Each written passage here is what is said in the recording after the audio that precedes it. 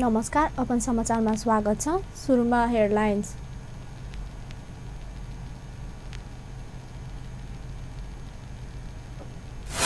सप्तरीको तिरहुत गाउँपालिका स्थित पोखरीमा नुहाउने क्रममा एकजनाको डुबेर मृत्यु। काठमाडौँको भद्रकालीमा दुर्घटना, एकजनाको ज्यान गयो।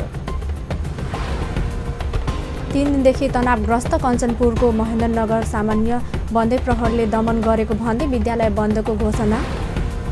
6 बुन्दे माग राखी काङ्ग्रेस जनकपुर नगर समितिबाट उपमहानगरपालिकामा ज्ञापन पत्र पेश। ज्ञापन पत्र दिने क्रममा झम्साझम्ती, केही बेर तनावको अवस्था। टिकापुर घटनाको विषयमा सरकारलाई फेरि दिन सुरु, यथार्थ जाँच गर्न थरुहट सङ्घर्ष समितिको माग। र संवैधानिक परिषदबाट प्रधान न्यायाधीशमा ओम प्रकाश मिश्रको नाम सिफारिस। अब समाचार विस्तारमा। सप्तरीको तिरहुतमा पोखरीमा नुहाउने क्रममा एकजनाको ज्यान गएको छ। तिरहुत गाउँपालिका 4 स्थित कमलदह पोखरीमा नुहाउने क्रममा डुबेर स्थानीय देवनारायण यादवको घरमा बस्दै आएका 75 वर्षीय इन्द्रमणि राईको मृत्यु भएको हो। बिहिबार पोखरीमा डुबेर बेपत्ता भएको राईको खोज तलास गर्ने क्रममा साँझ मृत अवस्थामा फेला परेको प्रहरीले जनाएको छ। काठमाडौँको भद्रकालीमा आज बिहानै स्कुटर दुर्घटना हुँदा एकजनाको मृत्यु भएको छ। अर्का एकजना गम्भीर घाइते भएका छन्। 91 प 819 नम्बरको स्कुटर भद्रकाली पुल नजिकै सडक किनारको बिजुलीको पोलमा ठोकिएर दुर्घटना भएको हो। दुर्घटनामा काभ्रेपलाञ्चोकको शिखर आमबोडे गाउँपालिका 8 का 26 वर्षीय सञ्जीव लामाको मृत्यु भएको हो। स्कुटरमा पछाडि सवार नाम थर नखुलेका अन्दाजी 27 वर्षीय पुरुष व्यक्ति गम्भीर घाइते भएका छन्। उनको ट्रमा सेन्टरमा उपचार भइरहेको छ। यसैबीच काठमाडौँको कृतिपुर नगरपालिका 3 समलटोलमा गए राति कारको ठक्करबाट 2 जना घाइते भएका छन्। 16 च 9056 नम्बरको कारले ठक्कर दिँदा मकवानपुर कुलेखानी घर भई हाल कृतिपुर बस्ने 27 वर्षीय देव गोले र 13 वर्षीय सुवर्ण सिंह भुषाल रहेका छन्। 3 दिनदेखि तनावग्रस्त बन्दै गएको महेन्द्रनगरको अवस्था आज केही सामान्य बनेको छ। स्थानीयको माग अनुसार सिडिओ र प्रहरी प्रमुखहरूको सुरुवातपछि महेन्द्रनगरको अवस्था केही सामान्य बनेको हो। 3 दिनदेखि ठप्प रहेको यातायात सेवा शुक्रबार बिहानैबाट सञ्चालनमा आएका छन् भने पसलहरू पनि खुल्न थालेका छन्। तर स्थानीय प्रशासनले भने सम्भावित प्रदर्शनलाई मध्यनजर गर्दै बिहानैदेखि सुरक्षा व्यवस्था कडा पारेको छ। यता प्रहरीको दमन विरुद्ध ऐनबद्धता जनाउँदै 1 दिनका लागि विद्यालय बन्द गरिएको छ। निर्मला पन्तको हत्या प्रकरणमा भइरहेको आन्दोलनमा प्रहरी प्रशासनबाट दमन भएको भन्दै जिल्ला स्थित प्याप्सन आबद्ध विद्यालयले बन्द घोषणा गरेको हुन्। बिहिबार स्थानीयको शान्तिपूर्ण प्रदर्शनमा प्रहरीले हस्तक्षेप गरेपछि प्रहरी र प्रदर्शनकारी बीच झडप भएको थियो। प्रहरीले चलाएको गोली लागेर 3 जना घाइते भएका छन्। घाइतेमध्ये सन्तोष कुमार कठियारको महाकाली अञ्चल अस्पतालमा उपचार भइरहेको छ। यस्तै घाइते अन्य 2 जना अर्जुन भण्डारी र तेजराज भट्टराईलाई थप उपचारका लागि कोहलपुर मेडिकल कलेजमा रिफर गरिएको थियो। आज अर्जुनको कोहलपुरमा उपचार हुन नसकेपछि काठमाडौँ पठाइएको छ। नेपाली काङ्ग्रेसले विभिन्न माग राखी मेयर लालकिशोर शाहलाई ज्ञापन पत्र बुझाउन गएको बेला जनकपुरधाम उपमहानगरपालिका कार्यालय केही बेर तनावग्रस्त बन्यो। नेपाली काङ्ग्रेस नगरपालिका समितिका सभापति मनोज कुमार शाह नेतृत्वको नेता तथा कार्यकर्ताको टोलीले हिजो मेयर शाहलाई ज्ञापन पत्र बुझाउने क्रममा उपमहानगरपालिका कार्यालय क्षेत्र केही बेर तनावग्रस्त बनेको हो। सभापति शाहले ज्ञापन बुझाइसकेपछि काङ्ग्रेसका नेता कार्यकर्ताले उपमहानगरपालिकामा व्यापक भ्रष्टाचार हुने गरेको भन्दै मेयर शाह समक्ष आक्रोश व्यक्त गरेका थिए। कते खाली नहीं सही के मालूम होता है ओई के बाद फिर 5 वर्ष आके ये तो माने कोनो पार्टी के नहीं बनल छे नेपाली कांग्रेस के वो स्वतंत्र आके बनल छे आगे ओ बाद वही बन लिए और कर्मचारी सब 2 बार 3 बार चुगुना आहा बढ़ लिए आगे आहा कते खाली नहीं आहा कहियो ना आगे कांग्रेस की तलकी निकल आहा एक दोस्त में की खैले नहीं खैलिए ऊपर जवाब आ दियो आहा के 85 लाख के बॉल खत्म लगी चलो इनका पलाय 85 लाख के बॉल खर्चा भेल छे। सब पैसा कत दिलिया के अपना भगिना के काम दिली के काम दिली ओकर जवाब आ दी वहां 1.5 करोड़ आई कांग्रेस की तलकी छोड़ में आगे 1.5 करोड़ के जवाब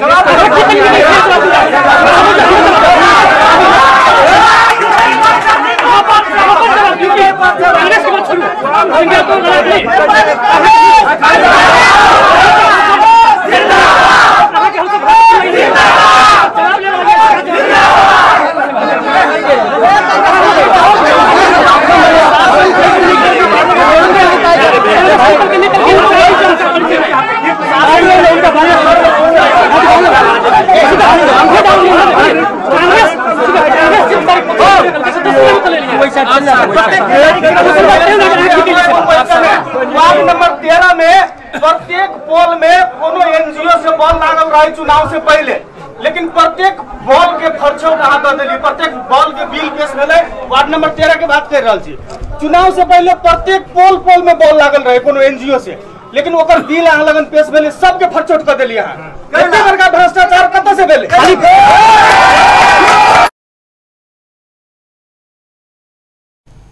उनीहरूले विभिन्न विषय उठान गरी मेयर शाहसँग जवाफ माग्दै हो हल्ला गर्न थालेपछि केही बेर धम्सिने भएको थियो।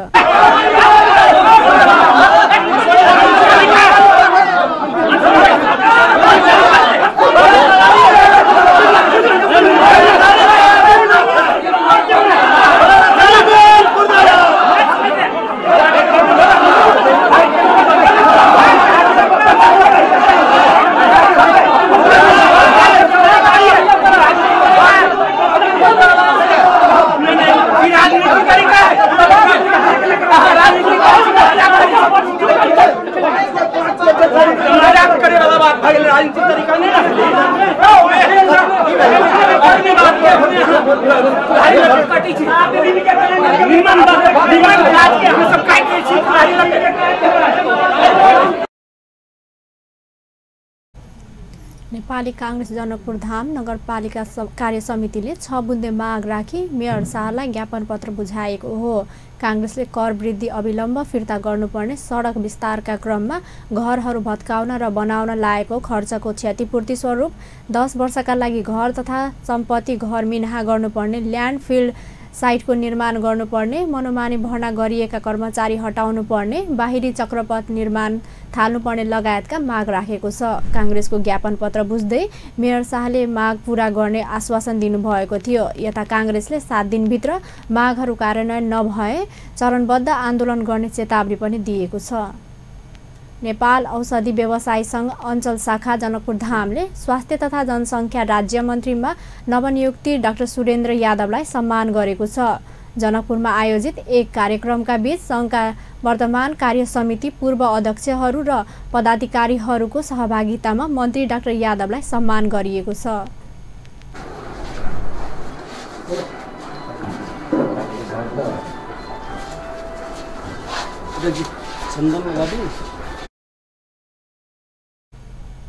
संघका प्रमोद कुमार अग्रवाल तथा पूर्व अध्यक्ष एवं जनकपुर नगरपालिकाका पूर्व प्रमुख बजरंग प्रसाद शाहले औषधि व्यवसायीहरूको समस्या चुनौतीको बारेमा प्रकाश पारेका थिए।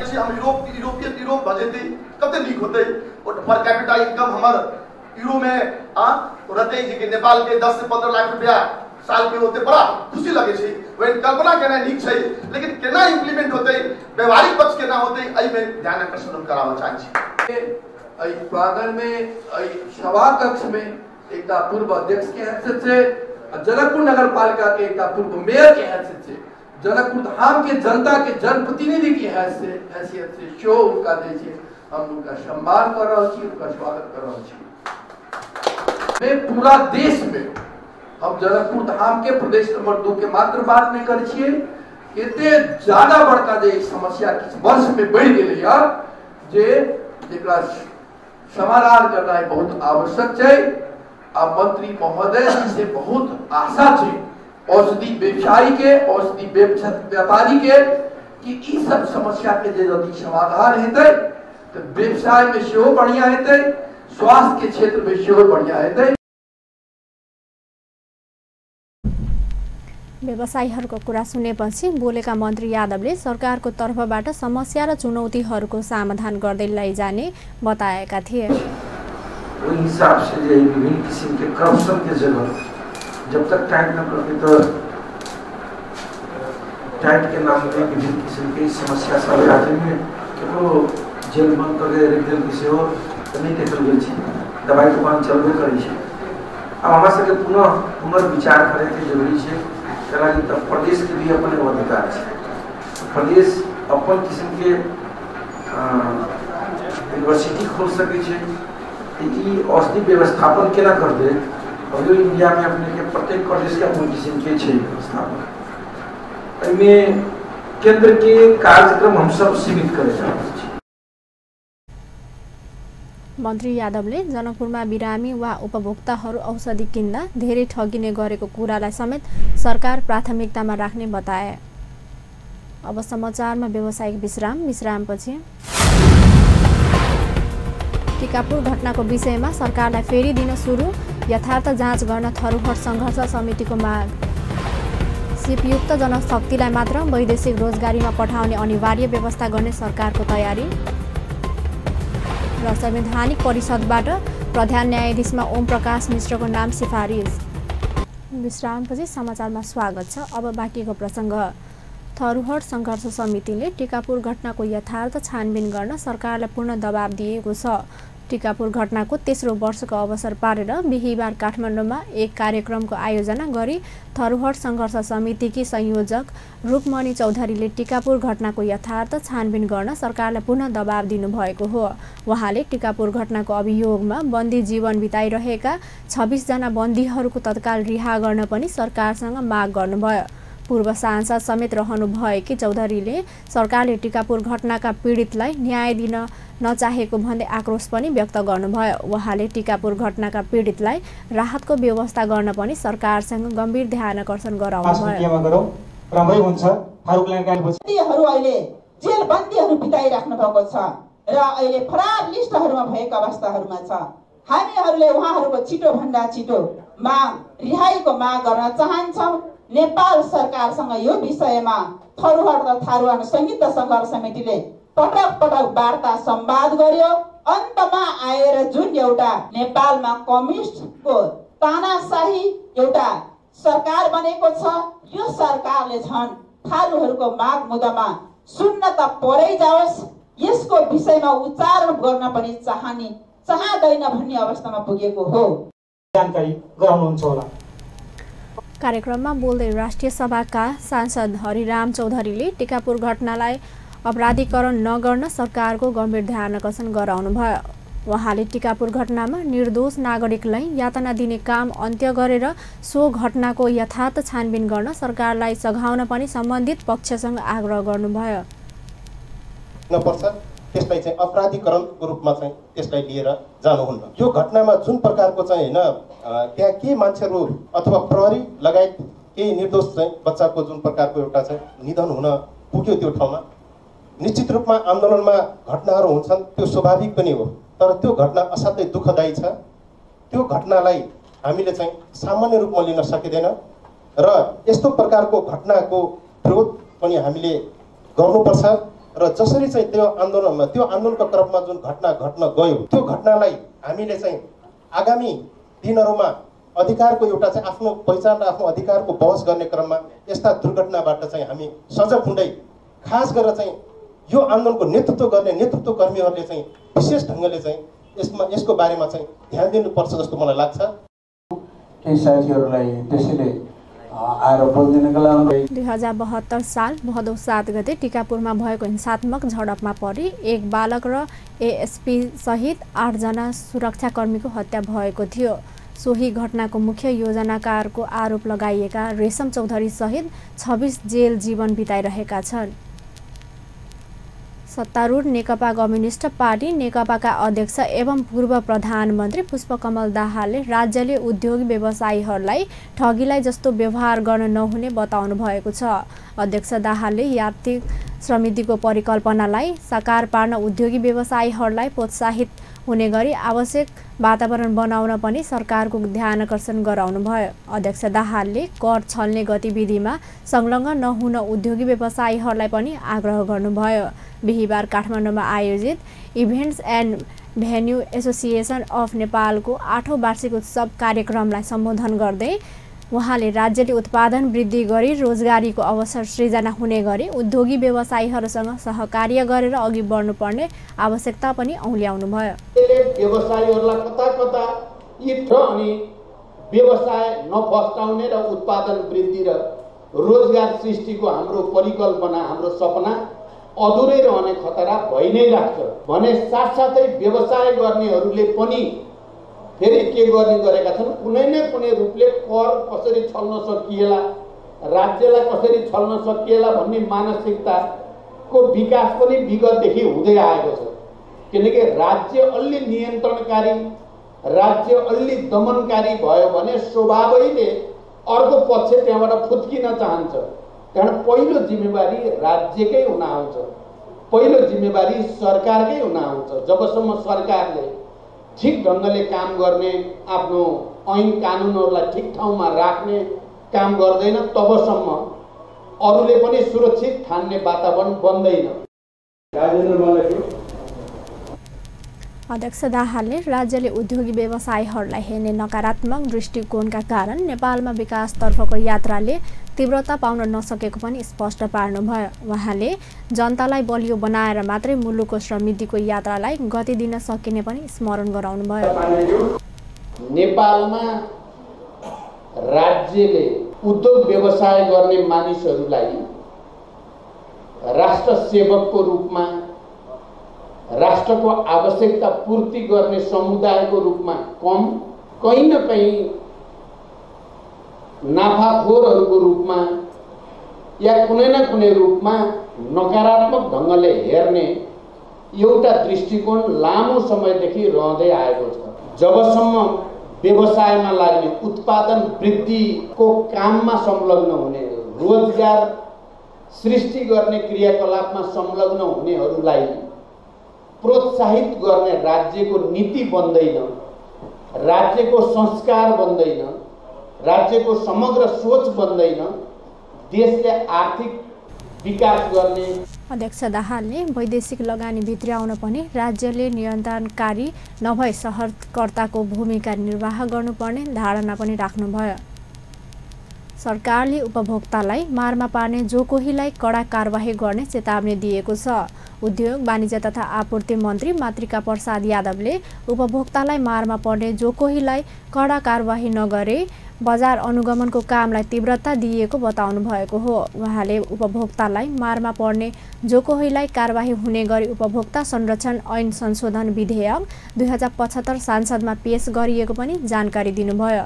बिहिबार काठमाडौँमा पत्रकार सम्मेलन गरी मन्त्री यादवले दशैं, हजार, तिहार जस्ता चाडपर्व आएकाले उपभोक्तालाई मारमा पार्न नदिन सरकारले बजार अनुगमनको कामलाई अभियानको रूपमा अघि बढाएको उल्लेख गर्दै त्यसमा साथ दिन सञ्चारकर्मीहरूसँग पटक पटक आग्रह पनि गर्नुभयो। उहाँले बजार अनुगमनको कामलाई परिमाणमुखी बनाउन आफूले गृह र कृषि मन्त्रालयसँग आवश्यक समन्वय गरिरहेको पनि जानकारी दिनुभयो।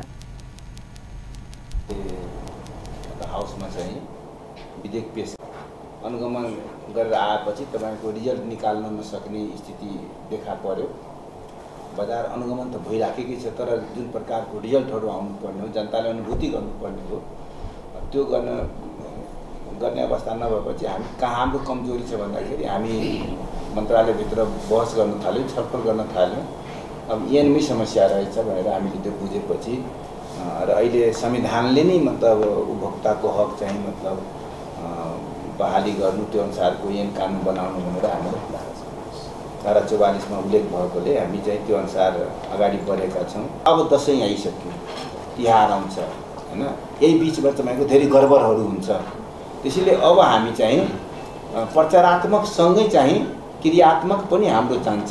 बजारमा पहिले विगतको जस्तो त्यो रहन्न। अन्त हाम्रो टिम चाहिँ तपाईँको मन्त्रालय, पुरै गृह मन्त्रालय, कृषि मन्त्रालय, हामी सब एकताबद्ध छौँ। अहिले चाहिँ त्यस्तो किसिमको यताउता छैन र लिड गर्नुपर्ने यही मन्त्रालय भएकोले अब हामीले चाहिँ त्यो पनि कसिएका छौँ।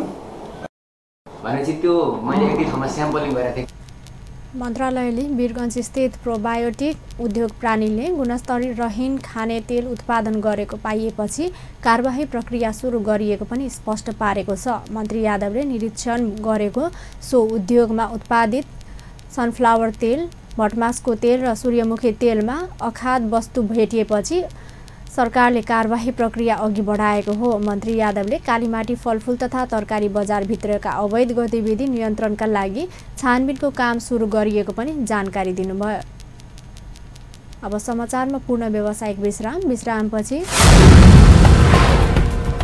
सिपयुक्त जनशक्तिलाई मात्रै वैदेशिक रोजगारीमा पठाउने अनिवार्य व्यवस्था गर्ने सरकारको तयारी र संवैधानिक परिषदबाट प्रधान न्यायाधीशमा ओम प्रकाश मिश्रको नाम सिफारिस। विश्रामपछि समाचारमा पूर्ण स्वागत छ। अब बाँकीको प्रसङ्ग।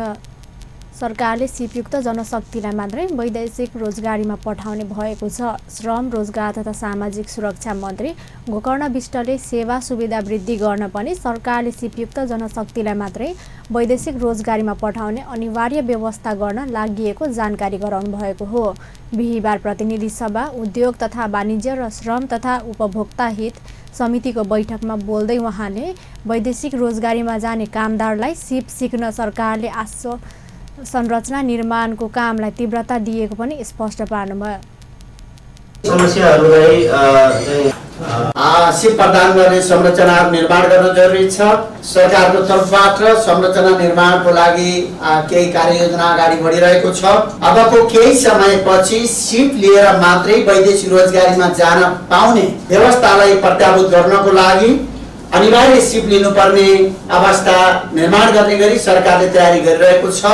सिप लिएको जनशक्तिले गुणस्तरीय रोजगारी प्राप्त गर्ने, तुलनात्मक हिसाबले सुविधा बेसी प्राप्त गर्ने, सुरक्षित काम प्राप्त गर्ने यो सम्भावना रहन्छ। यसकारण सिपयुक्त जनशक्ति मात्रै वैदेशिक रोजगारीमा जान। मन्त्री विष्टले सरकारले वैदेशिक रोजगारीलाई प्रबन्धन नगर्ने नीति लिएको पनि स्पष्ट पार्नुभयो। उहाँले बाध्यकारी अवस्था रहँदासम्म वैदेशिक रोजगारीलाई व्यवस्थित बनाउन वैदेशिक रोजगार प्रबन्धन बोर्डलाई संशोधन गरी वैदेशिक रोजगार व्यवस्थापन बोर्ड स्थापना गर्ने कामलाई अघि बढाएको पनि समितिलाई जानकारी दिनुभयो।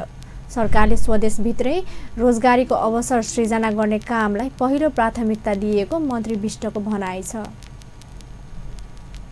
नेपालले 110 वटा मुलुकलाई वैदेशिक रोजगारीमा जान खुला गरेको छ। मन्त्री विष्टले ती देशहरूमा नेपाली कामदारको सेवा सुविधा वृद्धि गर्न पनि सरकारले उनीहरूलाई अनिवार्य सिप सिक्ने व्यवस्था गर्न लागि बताउनुभयो।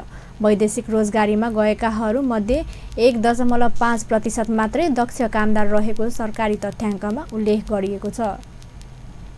संवैधानिक परिषदले न्यायाधीशमा ओम प्रकाश मिश्रको नाम सिफारिस गरेको छ। संवैधानिक परिषदको बिहिबार बसेको बैठकले सर्वोच्च अदालतका कायम मुकायम प्रधान न्यायाधीश मिश्रलाई प्रधान न्यायाधीशमा सिफारिस गर्ने निर्णय गरेको हो। सर्वोच्च अदालतका कायम मुकायम प्रधान न्यायाधीश मिश्रलाई प्रधान न्यायाधीशमा सिफारिस गर्ने सर्वसम्मत निर्णय गरिएपछि परिषदका सदस्य एवं कानुन न्याय तथा संसदीय मामिला मन्त्री भानुभक्त ढकालले जानकारी दिनुभयो। प्रधान न्यायाधीशमा प्रस्तावित दीपक राज जोशीलाई संसदीय सुनवाई विशेष समितिले अस्वीकृत गरेपछि संवैधानिक परिषदले सर्वोच्च अदालतका वरिष्ठ न्यायाधीश मिश्रलाई प्रधान न्यायाधीशमा सिफारिस गरेको हो। सो सिफारिसलाई संसदीय सुनवाई विशेष समितिले अनुमोदन गरे। राष्ट्रपति विद्या भण्डारीले मिश्रलाई प्रधान न्यायाधीशमा नियुक्ति गर्ने संवैधानिक व्यवस्था छ। प्रतिनिधि सभामा कानुन न्याय तथा मानव अधिकार समितिले कार्यविधिको मस्यौदा तयार पार्न उपसमिति गठन गरेको छ। समितिको बिहिबार सिंहदरबारमा बसेको बैठकले समितिको आफ्नै कार्यविधिको मस्यौदा तयार पार्न कृष्णभक्त पोखरेलले पदम नारायण चौधरी र शशि श्रेष्ठ रहनु भएको 3 सदस्यीय उपसमिति गठन गरेको हो। समितिको कार्यविधिको मस्यौदा तयार पार्न 3 संसदीय उपसमिति गठन गरिएको समितिका ज्येष्ठ सदस्य लक्ष्मणलाल कर्णले जानकारी दिनुभयो। उपसमितिलाई 5 दिनभित्र कार्यविधिको मस्यौदा तयार पार्न समितिमा पेश गर्ने कार्यादेश दिएको छ। बैठकमा समितिका सदस्यहरूले कार्यविधि बनाउन ढिलाइ गर्न नहुनेमा जोड दिएका थिए। समितिका सदस्य एवं पूर्व सभामुख सुभाष नेङबाङले कानुन निर्माणको कामलाई तीव्रता दिनुपर्ने भएकाले समितिले कार्यविधि बनाउन ढिलाइ गर्न नहुनेमा जोड दिनुभयो। उहाँले विगतका अभ्यास र अन्य समितिको कार्यविधिलाई समेत ध्यानमा राखेर समितिको कार्यविधि बनाउनु पर्ने पनि बताउनुभयो।